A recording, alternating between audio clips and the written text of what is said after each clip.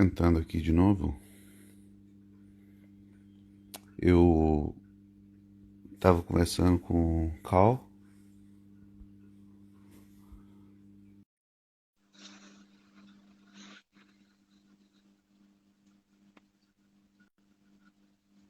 Ô, Glória! Oh, glória a Deus, agora tá funcionando. Deu certo, meu irmão? Tá vendo? Isso que é bom. A Bíblia fala, né, que na multidão de conselheiros há sabedoria. Então sempre tem alguém É, que vai dar uma ideia que vai funcionar aí. que Olha que legal. joia. Ali embaixo nos comentários, se você clicar ali, você consegue desativar os comentários. Aí fica melhor pra gente se concentrar na conversa. Tá bom. Pior que eu não sei onde é que é. Bem onde aparece os comentários ali, se você clicar, tem três Aham. pontinhos. Clica em cima aí Ok, dos tá três aqui. pontinhos. Desativar Turn off. comentário. Aham. Ótimo. Aham. Essa é a Agora tua foi. primeira live? Sim, eu sou bem pouco tecnológico, cara. Bem pouco tecnológico. Eu já fiz em sendo convidado, mas eu criando foi a primeira vez mesmo. Eu apanhei um Olha, pouco aqui. então uma nova Tá vendo? experiência. Bem-vindo à primeira live do Dudu, pessoal. Hoje ele está estreando comigo, eu sou convidado dele. Olha, tá vendo como é que se inverteram as coisas agora? Olha, É, já eu já estamos aí fui com pra... 35 participantes, o pessoal tá tudo vindo, já estão curtindo lá a Ai, que tua joia. página também. Acho que vai fazer bons Ai, que amigos legal. hoje aí também.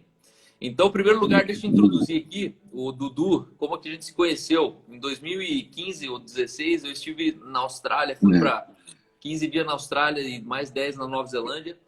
E a gente estava na conferência da Hilson e de lá a gente foi para Tauranga. A gente acabou subindo uma montanha, ele teve um tempo junto, uma caminhada. E eu confesso que eu fui muito impactado com a tua vida, fui muito impactado com a tua Olha, ousadia, sua maneira de viver levemente. Eu já conheci muitos missionários e é difícil um missionário que ele vai para um outro país e ele consegue ser do outro país, né? Normalmente a gente vê brasileiro tentando ser brasileiro na Nova Zelândia, o brasileiro tentando ser brasileiro na Alemanha, e não funciona. E você foi um cara assim que me chamou muita atenção, e um dos arrependimentos que eu tenho na minha vida foi que você ofereceu de fazer uma tatuagem com Maori para mim, pois é. e na época eu amarelei e falei, não, não, mas até hoje, rapaz, eu fico pensando, putz, por que eu não meti uma tatu aqui? Mas enfim, Sim, mas eu lembro. o convite está aberto, a casa é sua aqui, você tem o endereço, só vir. Porra, aí eu vou. Eu não sei se eu posso entrar na Nova Zelândia, porque eu tenho uma multa aí na Nova Zelândia que eu não paguei até hoje, de US$ 500, porque eu tava portando uma maçã na minha bolsa. Ah, é. A E aí, fronteira aqui é bem rigorosa com um monte de coisa. putz, e aí eu acabei esquecendo da maçã, acabei esquecendo de pagar a multa. Esses dias encontrei essa multa apagada, sabe? Porque ela é um É. tipo de supermercado, né? Aí a Sim, sim, multa sim. pagou, velho. Eu não sei como é que eu faço para pagar essa multa até hoje. Mas hoje com o dólar a 5,70 também tá de chorar. Espero passar, espero passar essa crise de Espero o valores, dólar baixar. de currency. É, isso. Mas eu acho que a hora que eu tentar entrar na Nova Zelândia de novo, eu tô pendurado lá com a Polícia Federal da Nova Zelândia. Mas, E uma coisa muito interessante sobre essa montanha que a gente se conheceu lá, que a gente se encontrou, é que no topo daquela montanha é o primeiro lugar do mundo que dá para ver o sol em cada dia, né? Porque a Nova Zelândia é o primeiro país do mundo que amanhece. Por exemplo, caramba, agora são 20 para as 3 da manhã, já do dia 28, né? Então, nós já estamos no futuro, falando em dias diferentes, conversando em dias diferentes. cara. E a história, a lenda por trás, a lenda que conta a história daquela montanha, eu acho que a gente até conversou sobre isso lá, não tenho muita certeza, provavelmente sim. Fala de. Tem um range aqui, tem uma cordilheira, né? Que o, as montanhas lá, é porque as lendas maoris contam coisas dentro da perspectiva, né? Do povo maori. Ah, tem uma montanha que chama Otanewanuku, ela é a maior montanha dessa cordilheira, ela era tipo a chefe da Uhum. cordilheira. E tinha uma outra chamada Pufenua, que é a mais bonita, que tinha samambaias mais legais, assim. Enquanto o Otanewanuku tinha uns cabelos brancos, como o meu aqui, tinha aquela como neve no topo. A Pufeno, ela tinha umas samambaias muito bonitas. E tinha uma montanhazinha menor, o comum no meio das outras, que era chamada de Pononga, que significa escravo, e se apaixonou pela Pufeno e queria estar com a Pufeno. E só que as montanhas, você nunca viu montanha andando. É porque tem regras, ela só anda uma vez e tem que ser à noite. É por isso que você estava dormindo, por isso que você não vê a montanha se mexendo. E ela nunca pode voltar para o lugar. E daí, esse Pononga quis chegar perto da Pufeno, mas como ela já tinha se entregado o coração dela para o Otanewanuco, o Pononga ele resolveu se matar. E a forma que as montanhas se matam é se jogam dentro do mar. Mas as montanhas também não têm pernas, né? Então eles precisam que os seres da noite amarrem e puxem ela para dentro do mar. Então quando estavam fazendo isso, amanheceu. E como a gente comentou no começo do dia, as montanhas só se movem à noite. Por isso que você nunca viu uma montanha se movendo. Como ela amanheceu o dia, ela ficou dentro do mar. E essa montanha é a montanha mais famosa daqui. Se tivesse de dia, dá para ver de quase qualquer ponto da cidade. Da nossa varandinha aqui, você vê essa montanha lá. Se chama Mauau. Mauau significa capturado pela luz da manhã. E tem um monte de relação com... Primeiro, aqui é o lugar percentual do mundo em suicídio entre adolescentes. Então, muitas pessoas acreditam parte dessa lenda, porque a lenda tem muito mais detalhes do que eu contei naturalmente, a influência dessa lenda na vida das crianças aqui. Porque quando eles sofrem alguma decepção e tal, a grande referência que eles têm é a história do Mauau, a história da montanha. E o que a montanha fez quando teve triste foi se matar, ou tentar se matar. Mas uma abordagem que a gente usa direto com essa história o Mauau, ele era um Pononga, ele era um escravo, ele era nada, ele era um no meio de todo mundo, ia pela cabeça de todo mundo, mas quando ele teve a própria identidade, quando ele se viu, foi quando a luz da manhã bateu sobre ele. E quando a luz da manhã iluminou, ele recebeu a identidade dele. Então, por isso ele é o Mauau, por isso ele é o grande Mauau, a montanha mais famosa da Nova Zelândia, a montanha mais famosa daqui. E hoje só se fala do Otanewanuco, da Pufena, porque fazem parte da história do Mauau, né? Aí o Ray Totorewa, que é o nosso líder aqui no Ministério, ele é Maori, e eu acho muito legal quando ele compartilha dessa história, sempre ele vem de uma abordagem diferente. E a gente promoveu um tempo atrás um estudo sobre, a gente está fazendo agora, para pessoas que não são crentes, estudo sobre as lendas, histórias, lendas e histórias da região aqui. Então, dentro das lendas da região sobre o povo maori, a gente está conectando ao Evangelho e associando isso com as verdades de Jesus, como essa que eu falei, né? A gente recupera ou a gente adquire a nossa real identidade quando a gente é capturado pela luz da manhã, que é Jesus, e por aí vai. Então, foi nessa montanha que a gente se conheceu. Não, Foi o primeiro lugar do mais mundo que amanhã. sensacionais do mundo. Quando eu sentei naquele banquinho, eu tenho umas fotos lá em cima, Sim. era surreal, assim, a visão lá.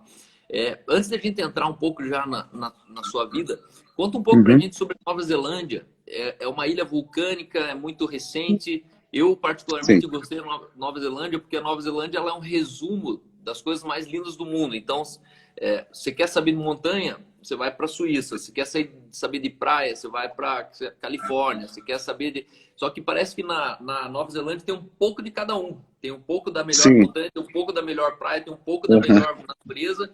E conta um pouco pra gente que ilha é essa? Como é que surgiu o povo Maori, a Nova Zelândia, a colonização? Aqui, como você falou, Carl, aqui é um resumo do mundo. Eu gostei muito disso. Porque da onde a gente mora, qualquer período do ano, a gente mora na praia, ou perto da praia, né? Numa cidade de praia. E se a gente dirigir por, sei lá, 2 horas e meia, a gente está numa estação de esqui. Imagina, é muito difícil você, no mesmo dia, quem é esportista pode fazer isso. né? Pode esquiar e surfar no mesmo dia. Numa praia boa, de areia, não, água gelada, né? Principalmente no inverno, mas tem muitas cachoeiras bonitas. A grande atração da Nova Zelândia é o turismo. Então, muitas pessoas vêm para cá, turista do mundo todo vem para cá para visitar essas belezas naturais que o país tem. São muitas, muitas mesmo. A Nova Zelândia é o último pedaço de terra que foi habitado pelo homem, ou o mais recente, né? Uau! Que foi habitado pelo homem, contando o povo Maori. A história do povo Maori tem muita relação com a história da Bíblia, em muitos pontos.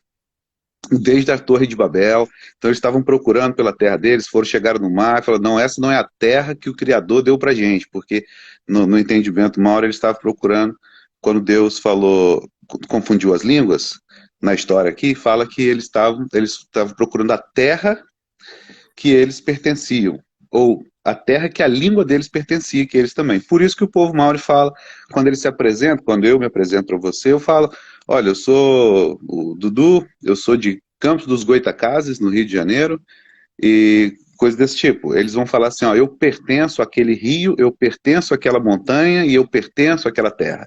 Então, porque eles têm essa ideia de pertencer mesmo, né? Uhum. E quando eles chegaram aqui, eles vieram se batendo nas ilhas no Pacífico, inclusive no Chile, na Ilha de Páscoa, no Havaí, mas quando eles chegaram aqui, eles falaram, aqui é a nossa terra. E daí um grupo voltou para avisar nas outras ilhas das coordenadas para chegarem aqui. Então, quando eles chegaram aqui, os Maoris, eles falaram, essa é a nossa terra. E anos depois, é, não tem 200 anos, os holandeses passaram aqui, depois os ingleses ficaram e tal. Por isso que Nova Zelândia se chama Nova Zelândia. Zealand é um lugar na Holanda, não é na Inglaterra, né? Ah, Aí eles chegaram aqui e falaram, aqui parece Zealand. Aí fizeram Nova Zelândia. Aqui que parece com legal. Zelândia. Então, por isso que aqui se chama assim. E É hoje um... existem vulcões aí em atividade vulcânica, o povo dorme em Sim, cima. Como é que é isso? sim, então. Aquela montanha que a gente se conheceu era um vulcão, por acaso. E no pé dela tem uma hot pool, o pessoal que chama, que é a água que esquenta sozinha, a gente toma banho nela, é bem, bem gostoso, mas há uns meses atrás, não sei precisar quantos meses, mas não muitos, aqui em Whakatane, uma cidade que é a 70 quilômetros daqui, tem uma ilha que chama Ilha Branca, né, White Island, e nessa ilha teve uma erupção e morreram algumas pessoas, é uma ilha bem, bem turística, vai helicóptero e barco para lá, é sempre muito bem monitorado, mas acontece que apesar desse monitoramento todo, enquanto tinha pessoas lá, teve uma erupção e queimou, algumas pessoas morreram. Tem pessoas que ainda estão se recuperando no hospital. Aqui, ah, talvez 3 semanas para trás, um rapaz acordou, ele estava em coma desde então, e aí ele recebeu notícia que a família dele morreu. Ele era sozinho agora e estava no hospital aqui de Tauranga, porque a maior cidade perto de Whakatane é a nossa cidade, Tauranga. Então tem sim vulcões ativos. Eu lembro que isso na época, uns amigos meus que moram no Brasil, por conta de ser nossos amigos, eles sempre estão vendo notícias da Nova Zelândia, e aí entraram em contato, falaram, mas isso é perto de onde vocês moram? Eu falei assim, é a ilha, você viu essa ilha, que esse vulcão, de cima do Mount Maunganui, é a ilha que você vê lá longe, que dá para ver o Círculo de Fogo do Pacífico, né? Fisicamente você vê as montanhas assim, aí depois vem o mar e vem umas ilhas dentro, e é aquele círculo, o Anel de Fogo, que vai dar a volta, vai no Japão e vai na Califórnia, e dá essa volta, faz o Anel de Fogo. Então é parte do Anel de Fogo do Pacífico, passa aqui na Nova Zelândia também, é muito instável, mas por isso sempre tem terremoto, essas coisas, mas é uma coisa que está na vida normal de todo mundo. Aqui em Tauranga é bem sossegado mesmo. Tem uma cidade na Ilha Sul, chama Christchurch, lá tem, sei lá, dificilmente vai passar uma semana sem ter um ou dois terremotos, mas o pessoal é bem acostumado. Entendi. E a língua nativa e a oficial o inglês, neozelandês, como é que é? Aqui são, da mesma maneira, no Brasil são duas línguas oficiais, né? o português é Libras, e ainda assim se fala um monte de línguas nativas. Aqui fala, como língua oficial, são 3 línguas. É a língua de sinais da Nova Zelândia, o inglês, que é a mais utilizada, e uma língua chama Tereu. Tereu é a língua Maori. Tereu significa literalmente palavra. Então é a língua Maori, né? Se você quiser saber como soa o Tereu, soa mais ou menos assim, ó. Koeru Aroho no Parisi América Kitetonga Mato. O que eu falei foi, meu nome é Eduardo e eu sou lá do Brasil, da América do Sul. É meio fala assim, né? Entendi. Tem Acho que escolas. quando eu oro em Oi? língua, eu acho que eu sou meio maori, mano. Pode ser, pode ser. Pode ser. E não é incomum que aconteça esse tipo de coisa. Alguém que não fala em Maori, ou alguém de outro país que está aqui e está orando em línguas, e algumas pessoas podem entender algumas coisas. Fantástico. Aconteceu conosco. Tem um grupo de brasileiros aqui, a gente promoveu um, uma coisa que chama Novo Marai. Pegamos brasileiros e fizemos assim, eles estão no. Fomos na Marai, que é a sede da tribo, e dormimos lá, né? Então foi um grupo de brasileiros. Quando a gente entrou, o guerreiro veio, eu acabei de botar até no meu Instagram uma foto desse guerreiro recebendo o pessoal. Depois eu vou botar outras fotos que aí vocês podem ver melhor também, sobre isso, sobre essa noite lá que a gente dormiu juntos, lá dentro na tribo, com um grupo de brasileiros. E quando o cara chegou perto da gente, ele grita coisas, mas ele não grita palavras, é como se ele fosse um animal. Então ele grita, "Ah!" E esse cara, ele gritava vez após vez, quando a gente estava entrando, eram só brasileiros praticamente, um grupo não muito grande, mas ele ficava gritando terra, terra, terra, que não é sentido nenhum na língua dele, mas fazia todo sentido na nossa língua. Então quando ele falava terra, a gente pensou, oh, tá vendo, tá falando conosco, assim. E daí eu fui o cara que introduziu os brasileiros, e o Ray foi o cara Maori que recebeu. Então, que o Ray é esse que eu te falei, que é o líder do nosso ministério. Então a gente faz bastante, tem bastante experiência muito interessante de como que, apesar da nossa, entre aspas, ignorância, Deus fala, né? E fala mesmo. E fala muito mesmo. Como é que Jesus entrou na tua história e você foi parar no teu dia chamado hoje aí na Nova Zelândia? Como é que foi esse chamado, Uhum, esse despertamento, esse all-in? Eu creio que tem uhum. muitas pessoas que talvez começaram a vida igual você e nem sabem que um dia vão terminar aí num lugar como esse. Pois é. Eu nasci numa casa de crentes, né? E minha família, por parte da minha mãe, está numa organização missionária chamada Jocum há muitos anos já, quase que desde que começou a Jocum. Minhas tias, irmãs da minha mãe, há muitos anos, mais de quase 50 anos, 45 para cima. E eu nasci numa casa de crentes. Um tio meu é fundador do Ministério de King's Kids no Brasil, ele já faleceu, Moisés Duarte Neves. E então, para mim foi natural o conhecer a Deus, assim, por outras pessoas. O meu relacionamento com Deus foi uma coisa gradativa e crescente. Quando eu tinha uns 20 anos, mais ou menos, eu me casei. Não, quando eu tinha 20 anos eu me casei. E a gente foi para ser missionário em tempo integral, mas não era o tempo. A minha esposa falou, eu não estou preparada para isso. E a gente teve uma conversa lá com a liderança. Eles falaram assim, não, o seu compromisso é com a sua família. Você prometeu na frente de todo mundo isso. E eu fiquei meio em paranoia. Depois, passou mais um tempo, Deus começou a falar conosco através de pessoas, através da palavra, através de situações, circunstâncias, visões, sempre coisas relacionadas a lugar de descanso, que você mencionou, a abundância de águas. Aqui, o nome da cidade, como eu disse, é Tauranga, que é o lugar de descanso. Abundância de águas, a Tauranga fica na região que chama Bay of Plenty, que é a Baía de Abundância. E então tiveram associações diretas assim. Uma coisa que eu gostaria de chamar a atenção é que às vezes a gente passa em situações da nossa vida que a gente acha que não tem sentido. É igual quando você estudou na escola, estudava fórmula de Bhaskara. Você estudou fórmula de Bhaskara, putz, negócio chato, nunca vou usar isso. Até hoje, eu tenho 40 anos, eu vou fazer 41 em julho, e eu não sei para que eu estudei aquilo. Talvez eu estudei para passar de ano naquele ano, né? E assim tem um monte de coisa que acontece na nossa vida que a gente não vê sentido. Como eu falei, eu sou da cidade que chama Campos dos Goytacazes, é no interior do Rio de Janeiro. E lá, quando eu nasci, a cidade se chamava Campos. Então, quando eu estava na escola, ela voltou a se chamar Campos dos Goytacazes. E porque ela voltou a se chamar Campos dos Goytacazes, o prefeito de então teve uma ideia muito boa. Fez uma obrigatoriedade de todo mundo estudar a cultura Goitacá, cultura do índio que deu o nome para a região. E no primeiro momento eu falei, para que eu vou estudar isso? Eu nunca vou usar isso, nunca vou saber disso, não vou usar isso em nada na minha vida mais.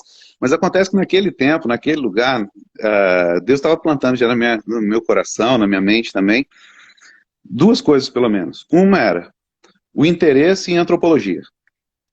E outra coisa era o conhecimento específico sobre a tribo do lugar que eu nasci.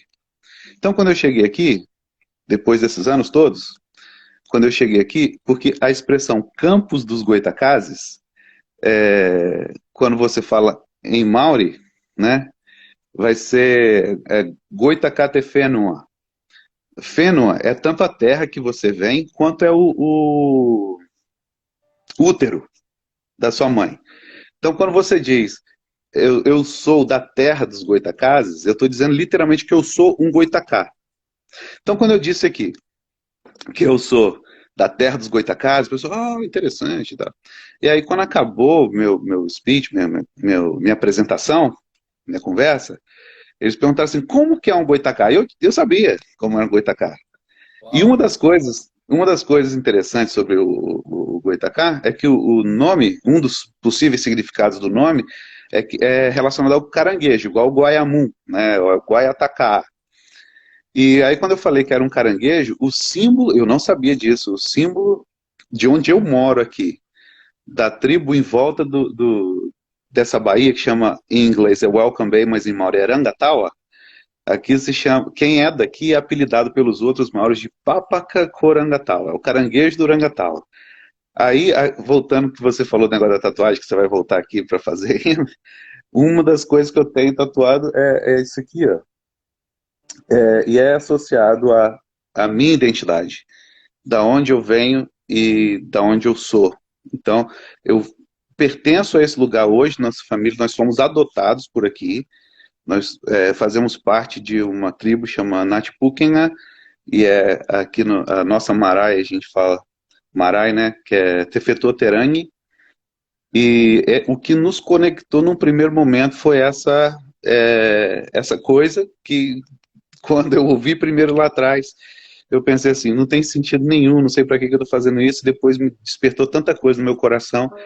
Então, eu acredito que Deus está sempre fazendo esse tipo de coisa, Deus está sempre, como a gente amarrando um cadastro, no caminho a gente não está sabendo, mas depois que puxa o laço, assim, a gente vê, por isso que fez aquilo antes, por isso que aconteceu aquilo antes. Então Deus foi falando conosco de muitas maneiras, e dessas maneiras que ele foi falando, através, de novo, como eu disse, através de pessoas, através da palavra, através de visões, através dessas coisas todas, fez um sentido inteiro quando a gente chegou aqui, pela primeira vez. E Deus usou muito uma família de brasileiros que moravam aqui. Que quando eu compartilhei com ele sobre coisas que Deus estava falando comigo, ele falou, cara, tem tudo a ver. A família Gaspar, eles são da Jocum também, e eles falaram assim, ó, vai ter uma escola de redenção de cultura aqui. E eu acho que tem tudo a ver, e daí a gente veio para fazer essa escola. A escola era uma escola curta, de 6 meses, mas aí nos deram um visto de 2 anos, e a gente veio para a escola, fizemos a escola, e foi nesse período da escola que Deus puxou esse laço. E aí, durante esse tempo, teve essa nossa conexão e é um amor muito grande. A gente se sente realmente em casa. E se Deus quiser, nesse período do ano que vem, nós seremos já cidadãos aqui. Nós já somos residentes permanentes, a gente não precisa de visto nem nada, né? E temos uma filha que nasceu aqui agora. A gente tem uma filha de 20 anos que está fazendo faculdade na Ilha Sul, tem uma filha de 18 anos que está se preparando para ir para a faculdade no ano que vem, E a gente tem uma menina de 2 anos. Somos três filhas e uma nasceu aqui. Uau, uau. Sensacional. Então, provavelmente, tua descendência vai ser neozelandesa daqui para frente. Não tem nenhuma previsão de Acredito, voltar. não, acredito que a nossa descendência vai ser daqui mesmo, acredito. E aqui é um país muito, como você percebeu quando você veio aqui, é um país muito multicultural. Muito multicultural. Tem 30% da população da nova, ou melhor, 30% da população não, 30% dos neozelandeses não nasceram neozelandeses, se tornaram neozelandeses. Então tem gente de todo lugar do mundo aqui. Literalmente, na nossa igreja, na nossa comunidade, tem gente da Europa, tem de vários países, né? E da Ásia tem de vários países também. Tem gente da África na nossa igreja, tem nós da América do Sul. Então, assim, é muito gratificante. Então, quando a Bíblia fala que de todos, lá em Apocalipse, né, que todas as tribos, povos, raças vão louvar e vão cantar e vão fazer assim, a impressão que eu tenho aos domingos, quando a gente está na igreja, que a gente está ensaiando para a volta de Jesus, né, porque a gente já está tudo, as raças misturadas, as tribos misturadas, tudo ali. Eu sou teu fã porque eu cresci num ambiente de missões, né? Então, meus pais eram missionários, meus avós eram missionários. A gente nunca pertenceu a lugar nenhum. Só que com o passar dos anos, eu fui olhando quanto o missionário era um prejuízo para algumas igrejas. Às vezes o missionário está lá no campo e, na verdade, ele se torna um próprio problema para a igreja, porque a igreja não sabe como trazer ele de volta, não sabe como sustentar Uhum. ele lá na ponta e tal. E você é um cara assim que me cativou, porque eu vi você indo para um país não como crente, você foi como gente, né? Você Uhum. usou todas as vias da lógica humana, no sentido assim, de ter o visto, de se estabelecer lá, produzir riqueza aí, trabalhar, se envolver com a cultura local, desistir de ser brasileiro, né? Eu creio que eu quando fui aí, eu não vi o apelo assim, tipo, nós brasileiros estamos aqui, não. Tipo, cara, você é mais fã de onde você está do que de onde você veio. E isso é fantástico, isso não é saudosismo, isso é o teu passado muito bem resolvido. Conta pra gente um pouco sobre a arte da tatuagem, porque a tatuagem aqui, enquanto aqui é pecado, aí no Ah, teu sim. país é uma coisa fantástica, né? Porque os caras, eles fazem a tatuagem e essa tatuagem representa uma história, representa... Inclusive, se você tem uma tatuagem, ele vem e continua a tatuagem, né? Ele pega a tatuagem que Sim, está ali e conta pra sim. gente esse lance louco da tatuagem, porque os maores, eles também usam a face, o Sim. queixo. Conta pra gente como é que é essa cultura. Tem o lance da estética também, como no rosto, por exemplo, as mulheres só tatuam o contorno da boca e o queixo aqui, no rosto. Os homens tatuam a partir do nariz e cresce pelo rosto, assim. Aí conforme eles vão ficando careca, vai tatuando na cabeça mais pra cima também. Às vezes eles raspam tudo e desenham a cabeça também, mantém raspado. Mas a tatuagem tem um valor cultural e é a mesma arte da, da... Meu Deus, como é que chama isso? Da arte em madeira. É carving, Escultura. escultura de madeira. É a mesma arte. Então, o mesmo desenho que está na escultura de madeira, o mesmo tipo de desenho, a mesma forma de fazer, é o que faz a tatuagem na pessoa. Então, tem coisas assim, onde está no seu corpo significa coisa ou coisa. Ah, por exemplo, aqui eu não estou nesse momento usando porque meu anel quebrou, meu anel de casamento, que é aqui. Mas uma parte do meu braço, essa parte aqui, se você ver, é que tá de cabeça para baixo para você que está olhando, é uma raia, talvez. É uma raia, e aqui tem símbolo, a raia é o símbolo da família, e aqui tem sobre as minhas filhas, tem sobre o meu casamento com a Angélica. O casamento da Angélica comigo, apesar de ser o mesmo relacionamento, é uma outra visão. Então, a tatuagem nela, sobre o nosso casamento, não é o mesmo desenho. Não é assim, um desenho que compara um com o outro. É porque a minha perspectiva e a dela do nosso relacionamento é diferente. A minha função e a dela dentro do nosso relacionamento é diferente. Então, assim, quando você vier aqui, e você pode ir lá no. Eu vou te apresentar lá, o nome dele é Yata Piatolo, e aí ele vai perguntar para você assim: o que que você quer tatuar? e daí você vai falar, eu quero tatuar algum símbolo que remeta à minha lembrança que eu tenho muito querida, quando meu pai me ensinou isso quando eu era criança. E eu quero também que tenha minhas crianças e minha mulher, coisas assim. Daí, isso, ele pegou a ideia e vai te perguntar uma pergunta que é daí que vai sair sua tatuagem. Ele vai falar, por que você quer isso? Aí ele vai tomar nota dessas coisas, ou nota mental, ou nota no papel, e aí depois ele vai perguntar para os seus amigos sobre essas características, os porquês de você querer isso. Então, normalmente as tatuagens são elogios a você, mas não são autoelogios, não são coisas que você falou. Quando eu vim aqui, eu tinha uma tatuagem no meu braço, tem ainda, existe, que é isso aqui, ó.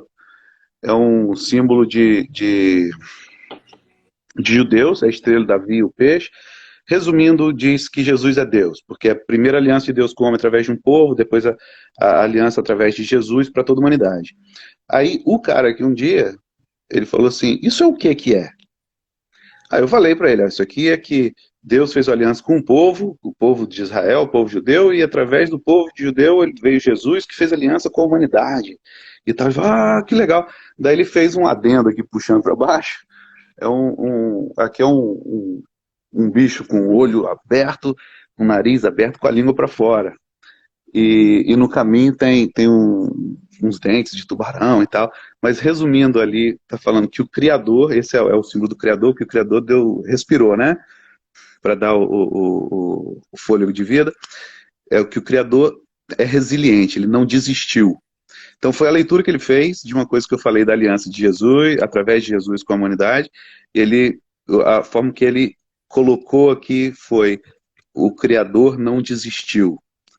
Aí quando alguém vê isso, fala assim, como assim o Criador não desistiu, não desiste? Eu falo, aí você conta a história do Evangelho, sabe?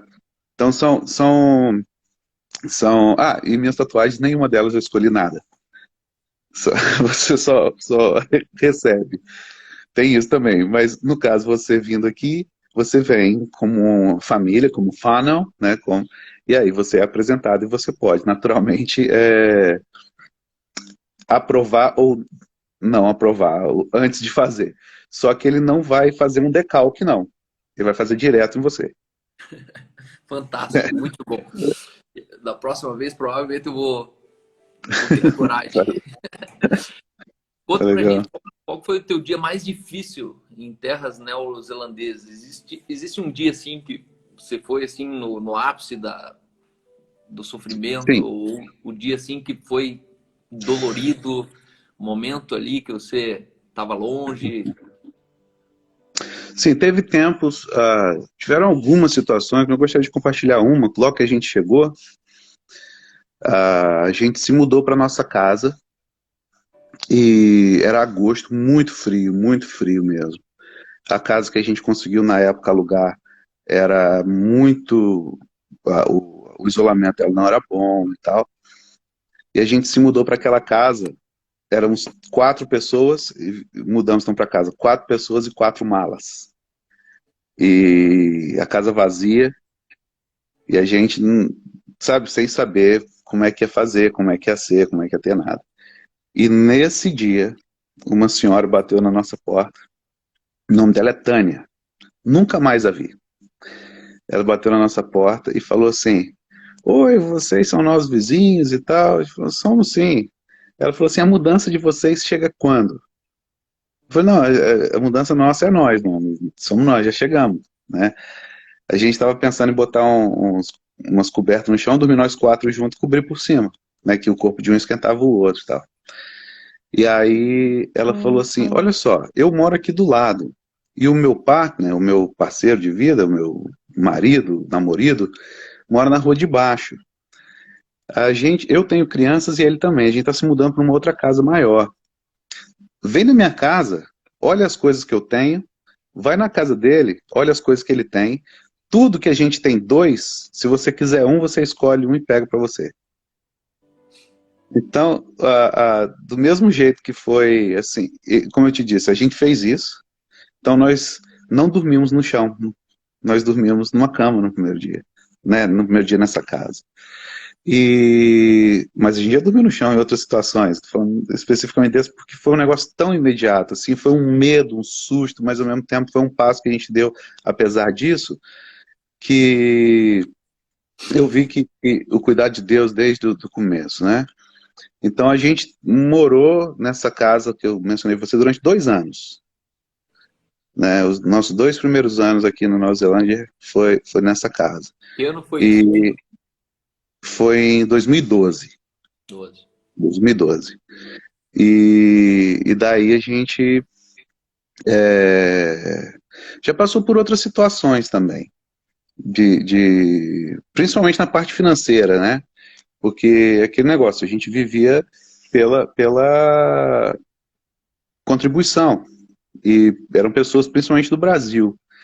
E aí com a crise, com tudo, como você mencionou agora há pouco também, é uma das coisas que primeiro se corta, e é natural que faça isso, porque a igreja tem despesas, a igreja tem coisas, e missionário é uma coisa que não está ali no dia a dia, o constrangimento é menor, né? De cortar alguém que está lá longe do que de cortar alguém que está aqui, porque você está junto. É natural que isso aconteça assim.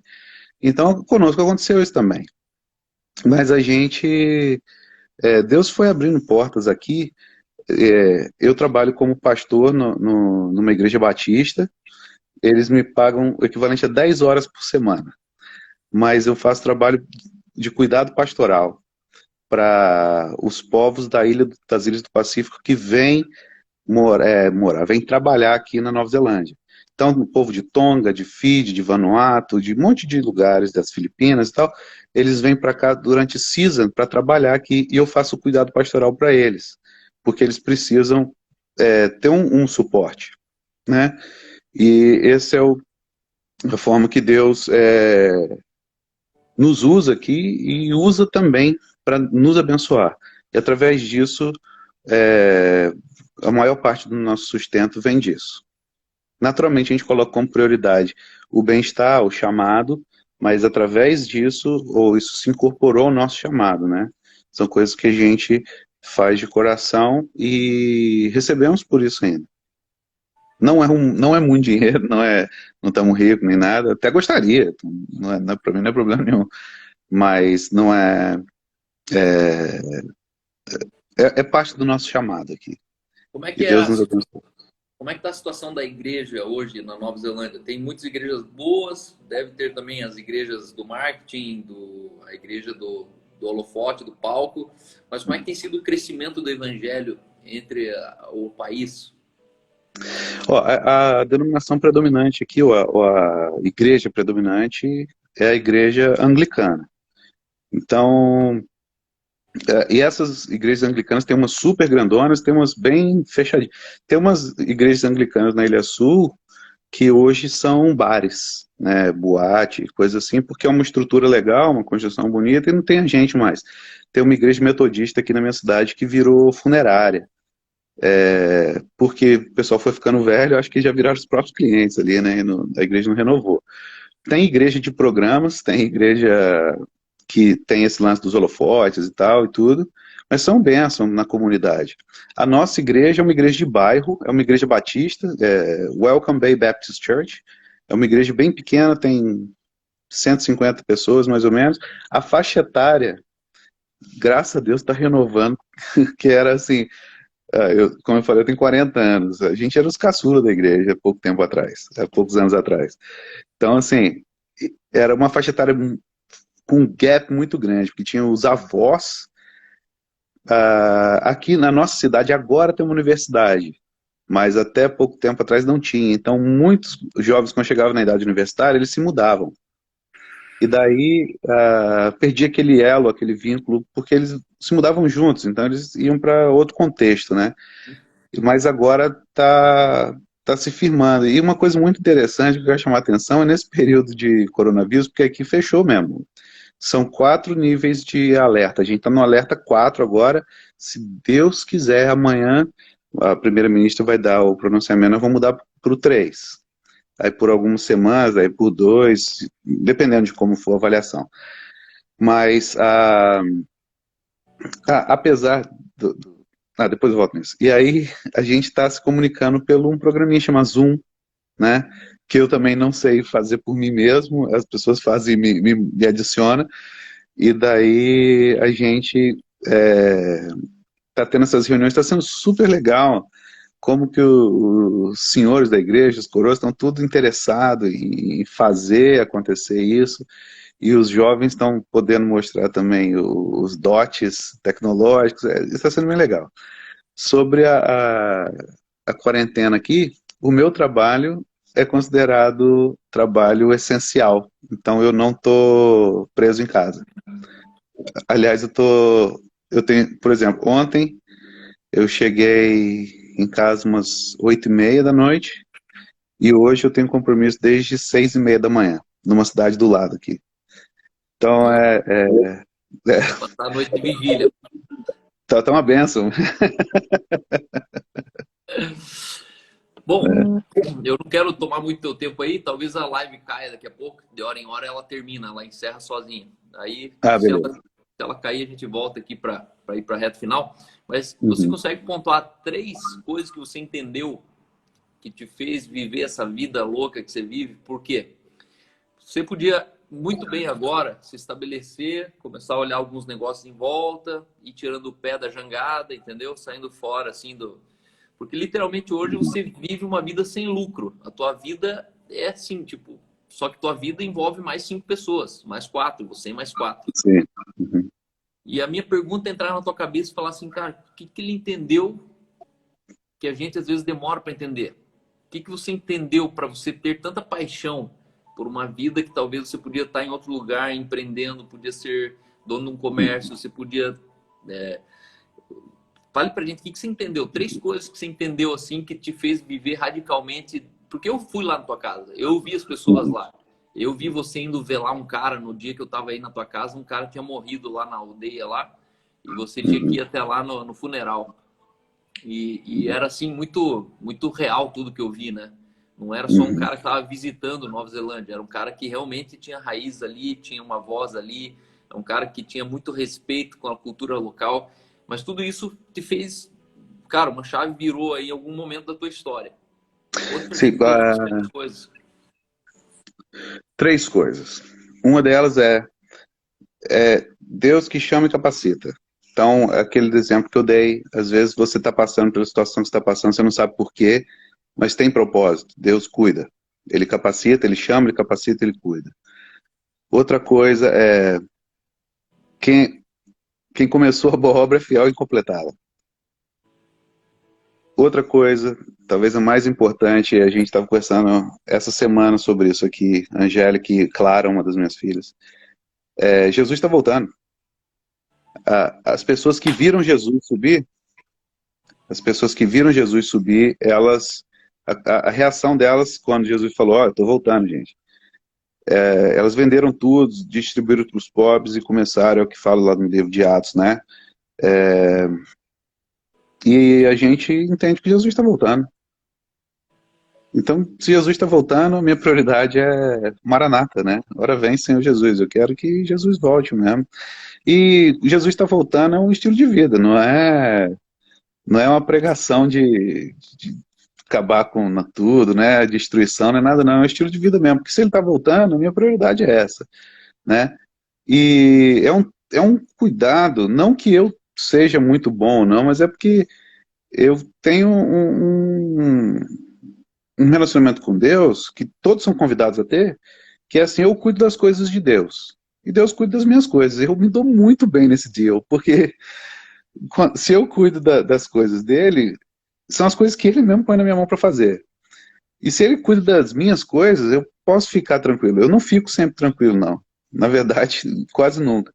Mas a ação dentro da circunstância que nos faz andar mais um dia e poder, é um privilégio, né, cara? Essa história que eu te contei, que a gente entrou numa casa sem nada, a gente nem dormiu com a casa vazia, é um privilégio poder contar essa história, mas eu só posso contar essa história se eu entrei na casa vazia, né? Se eu não entrasse, eu não ia ter essa história para contar de coisas que Deus fez na nossa vida. Chegou, acho que é mais ou menos isso. Jesus está voltando. Se resume tudo nisso. Jesus está voltando. Você acredita que essa proposta é para qualquer crente? Qualquer crente pode acessar isso aí? Ou é só um privilégio de alguns, um chamado de alguns? Deus escolheu, ele seleciona, outros eles não selecionam? Como é que é? Não, eu acho que Deus chama todos para uma vida com Ele. E a vida com Ele é direcionada por Ele. Eu tenho certeza absoluta, eu tenho amigo aqui que é empresário, e através da vida dele, na empresa que ele toca, esses trabalhadores que eu mencionei para você, que eu trabalho fazendo cuidado pastoral deles, eles só vêm para cá porque tem alguém que se dispôs a fazer isso, a contratá-los, sabe? E encarar isso como obra de Deus, como missão, como chamado de Deus para a vida dele, é uma coisa que ele pode Muito não bom. se gabar disso, mas ele pode Muito bom. ter certeza de que é o chamado de Deus para ele e pode e tem que fazer, né? Então esse chamado para a vida dele, para minha vida é o chamado de servir de outra maneira. Todo mundo é devedor, né? A gente deve amor uns aos outros e todo mundo é chamado para Deus para fazer alguma coisa. Paulo fala que a gente é corpo. Né? Um é dedo, outro é olho. Quando dói o olho, o dedo vem aqui para arrumar, mas quando entra o espinho no dedo, é o olho que vai mostrar para a outra mão como é que vai fazer para sair. Cada um tem uma função, né? E graças a Deus eu entendi a minha função e mesmo com as minhas muitíssimas limitações, Deus tem feito, pela misericórdia dele, coisas através da nossa vida, da vida da nossa família aqui. É fantástico isso, porque acho que a frase-chave que você falou aqui cabe numa escala. Se eu cuidar das coisas de Deus, Deus cuida das minhas coisas. Se essa empresa do teu amigo cuida das coisas de Deus, então a gente tem que colocar a empresa para cuidar das coisas de Deus, Deus cuida da empresa dele. Tenho certeza que sim. Se uma pessoa é dona de um salão de cabeleireiro, você precisa colocar o teu salão de cabeleireiro para cuidar das coisas de Deus. Porque isso me lembra do texto aqui de Efésios 1, 8, ele diz assim, ó, no qual temos a redenção pelo seu sangue e a remissão dos pecados segundo a riqueza da sua graça, que Deus derramou abundantemente sobre nós toda a sabedoria e prudência, desvendando-nos o mistério da sua vontade, vírgula, segundo o beneplácito que propuseram em Cristo. Que mistério é esse? De convergir nele, na dispensação da plenitude de todos os tempos, todas as coisas, tanto as do céu quanto as da terra. Eu consigo enxergar assim Jesus como um funilzão. E tudo quanto é do céu, como quanto é da terra, precisa passar por ele. Sim. O nosso business tem que passar por ele. Certeza. O nosso ministério pastoral tem que passar por ele. O nosso investimento financeiro. Hoje eu vivo de renda passiva com algumas aplicações financeiras. Eu preciso fazer convergir nele, na dispensação de todos os tempos, todas as coisas. Todas as coisas não é só a parte da igreja. Não, agora no domingo a minha vida na igreja eu converjo nele, mas a minha vida no banco eu termino em mim. Então, acho que essa é a chave que a gente precisa entender, porque o terceiro ponto que você falou aqui, para mim, ele é o bingo da parada, é entender que Jesus está voltando. Eu estive em outubro numa conferência da igreja chinesa em Offenbach, perto de Frankfurt, na Alemanha. E, cara, eu vi ali 800 chineses que moram na Europa travarem a agenda deles e passarem 5 dias, de 9 da manhã às 11 da noite. Eles passaram por 5 dias debruçado nessa verdade que Jesus está voltando. E eram chineses que moram na Europa. Um tem pastelaria, outro tem aqueles restaurantes asiáticos, outro tem restaurante... Só que ali eu fui impactado, onde Deus falou assim, Cal, você precisa aprender uma coisa. Nós, no reino de Deus, a gente não existe para estender conforto para as pessoas viverem mais tempo sobre a terra. A gente existe para fazer Jesus conhecido para que o tempo se abrevie da volta dele. Sim. A Bíblia diz que quando todos conhecerem o Evangelho, então virá o fim. O fim não é anunciado pelo caos, o fim é anunciado pelo conhecimento da salvação. E exatamente. aí eu me flagrei conduzindo uma igreja para pavimentar o conforto dela, para elas viverem mais tempo sobre a terra confortavelmente. Foi ali que eu empurrei a mesa, que eu saí da pretensão política que eu tinha, eu ia sair para vereador esse ano, ia ter bons resultados como vereador. Eu fiz 3.500 votos na última eleição, que eu saí para deputado estadual, e aí já era uma estratégia já que eu ia cair de cima para baixo, da prateleira de cima para baixo. Então eu saí para a província para esse ano sair para Curitiba, municipal, né? E eu precisava de 2.000 votos esse ano. 2.000 a 3.000 para ser E já vereador. tinha 4.000 e tanto já. E ali eu empurrei a mesa e falei, tá bom, Deus, entendi. Eu renuncio toda a pretensão política. Eu renuncio toda a pretensão de coach. Eu não quero mais carreira de nada. Eu quero plantar a igreja e pregar o evangelho loucamente. Então. Foi uma reviravolta na minha vida que você não tem ideia. Tipo, as pessoas não estão me reconhecendo muito hoje. Porque, pô, cadê aquele cara? Cadê aquele cara que queria ser o businessman? Né? Então, virei pastor. Esse é o nome da parada. Virei pastor. Mas essa terceira flecha que você soltou entrou no meu peito e eu descobri o quanto o Ocidente aqui está desviado. A América do Norte, América Central, América do Sul, a gente está distraído, a gente está capitalizado, a gente é capitalista. A gente está olhando Às vezes a gente foca muito na bênção, né? A gente foca muito na bênção, no resultado de Deus, ou no resultado de servir a Deus como coisa material, né? E a gente vai ver um pouquinho mais profundo, vai ver que não é muito isso não, é mais resiliência, é mais dedicação, mas a gente às vezes perde o foco do Deus que dá a bênção para ficar focado na bênção que Deus dá, né? Exato. Mas faz parte do relacionamento e do amadurecimento com Deus, a gente vai conhecendo mais, por isso que o grande desafio é conhecer a Deus, né? Então, conforme a gente vai conhecendo a Deus, Deus vai sendo conhecido através da nossa vida. Eu sempre tive dificuldade, apesar de sermos missionários, eu sempre tive dificuldade de comunicar as coisas que Deus tem feito através da nossa vida, porque eu pensava assim, não saiba a sua mão esquerda o que faz a sua mão direita. Mas no texto lá que fala que a gente é sal e que a gente é luz, no final, ou no meio da conclusão, fala, e brilhe também a vossa luz, para que o mundo veja e glorifique ao Pai que está no céu. Eu falei, meu Deus, eu acho que a gente tem que falar assim. Não porque para mostrar que a gente é espiritual ou coisa assim, mas ao contrário. É para ver que a gente mesmo por agir não faz nada, mas Deus pode fazer através de qualquer um, inclusive eu. Então, tô nesse foco. Amém, amém. Irmão, considerações finais. Eu quero agradecer aqui tua madrugada dedicada aqui. Não sei como é que tá teu inglês. Você fala fluentemente inglês, prega inglês, como é que tá? Sim, aqui a vida cotidiana aqui é tudo em inglês. Tudo em inglês. Tudo em inglês, sim. Quero estender um convite aqui, se você aceitar, não sei como é que é isso para você, mas todas as quintas-feiras à noite, 9 horas da noite de Brasília, a gente tem um culto 100% inglês aqui que legal, Brasil. cara.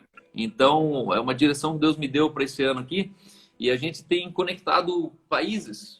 Então, a gente faz isso dentro do nosso estúdio, e na hora da pregação você entra pelo Zoom, ou pelo Skype, ou por alguma plataforma dessa, e você prega da tua casa. Você prega aí muito legal isso aí. De algum lugar. E tem sido muito sensacional. A gente teve já pregações ali do Havaí, o pastor amigo meu. Teve um casal de pastores nossos que está na Bethel, na Califórnia, que pregou com a gente. E o meu desejo com isso, na verdade, é tornar um memorial, né? Que a gente proclame uma verdade aos 4 cantos da terra, que não seja mais só local, mas que seja uma mensagem global. E se você topar numa dessas quintas-feiras, seria uma honra ter 35 minutos da tua palavra. E é uma coisa para mim vai ser uma honra também poder fazer isso. Sim. E tem sido muito legal, assim, a gente tem alcançado aí em 24 horas 300 pessoas. Deus tem me dado uma palavra de push the people for the English side. Então, o brasileiro, 1% do brasileiro fala inglês, e os outros 99% tira sarro desse 1% que fala. É engraçado porque o inglês hoje em dia é o grego da época de Jesus, né? É a língua mundial. Então eu tenho desmistificado muito na cabeça das pessoas, porque eu creio nesse êxodo. Eu creio que Deus ele vai enviar os brasileiros de uma maneira louca para outros países, como você está lá. Eu sou extremamente honrado por você. Quando Jesus falou, ide por todo mundo fazendo discípulos de todas as nações, eu entendo que ele não falou, faça de todas as nações discípulos. Então, ele falou, ide e faça discípulo de todas as nações. Ou seja, você, Sim. cara, é mais um país ticado na lista de Deus. Por causa de você aí, um discípulo enviado para Nova Zelândia. E eu creio que Deus, ele olha para o mapa hoje e é difícil um país que ele não encontra um discípulo. Isso, para mim, é cumprir a grande comissão. A grande comissão, ela está praticamente cumprida. Né? Quando eu vejo um cara igual você, sendo quem você é, num outro país, isso, para mim, é o cumprimento de uma promessa. Isso é o cumprimento de uma grande comissão. E eu fui liberto recentemente de uma mentira interna, no subconsciente que eu carregava, que todo crente tem que ser discípulo. E eu não creio assim. Eu criei assim, mas não creio mais. Porque Reinhard Bonk, ele foi um discípulo que salvou 79 milhões de almas. Jesus, ele falou, orem para que o Senhor da Seara envie ceifeiros. O problema da Seara não é o fruto a ser colhido, é o ceifeiro que não colhe. Sim. Você é um ceifeiro. O reino de Deus tem dois tipos de pessoas, os que colhem e os que são colhidos. E a maioria vai ser os que são colhidos, e está tudo bem com isso. Não é todos os colhidos que precisam se tornar colhedores. Né? Mas eu quero estender aqui minha honra, meu reconhecimento, porque você é um ceifeiro, você é um colhedor. Por causa de você, o reino de Deus, ele avança sobre a terra, e eu agradeço a Deus pela tua vida, por isso, meu irmão. Então, amém. Considerações finais, uma palavra para quem está com a gente aí, depois você pode orar com a gente aí. Sim. Fico até meio sem palavras, meio constrangido depois de ouvir isso, mas obrigado por ter dito. Eu tenho certeza que é bênção de Deus, é coisa que eu preciso aprender também. Quero agradecer você, Cal, por esse tempo que a gente teve agora. Confesso que foi um pouco difícil de eu acordar, mas depois que acordei fiquei bem, estou super bem agora. E muito obrigado por esse tempo. A gente devia fazer isso mais vezes, não necessariamente live para todo mundo, mas entre nós. Assim, eu gosto muito de conversar com você. Você é um homem de Deus e é bênção para mim também, bênção poder ouvir. E é bom lembrar das coisas que Deus já fez, porque isso dá força para a gente, para as coisas que vêm para frente. Vamos orar então? Vamos orar. Deus, muito obrigado pelo privilégio. Obrigado pela oportunidade de estarmos juntos, tão distantes fisicamente. Obrigado porque o Senhor que faz todas as coisas, o Senhor que faz em nós, por nós, para nós, através de nós, para os outros, e nos outros para nós também, através do seu Espírito Santo. Deus, muito obrigado porque o Senhor poderia ter colocado qualquer sinal em nós, qualquer marca, qualquer corte de cabelo, não raspar sovaco, podia ter feito qualquer coisa, mas o Senhor disse lá em João 13:35, que todo mundo ia saber que a gente é seu discípulo quando a gente amar uns aos outros. Obrigado porque o Senhor torna fácil amar as pessoas que estão em volta de nós, muitas vezes. Facilita o nosso dever em ser seu discípulo. Muito obrigado, Jesus. Em nome de Jesus, eu te peço que o Senhor esteja abençoando o Cal, abençoando o ministério dele, abençoando o chamado que o Senhor deu para ele, que o Senhor esteja capacitando para fazer, Deus. Em nome de Jesus. Amém. Amém. Amém. Amém. Deus te abençoe. E abençoe todo mundo que está assistindo aí também.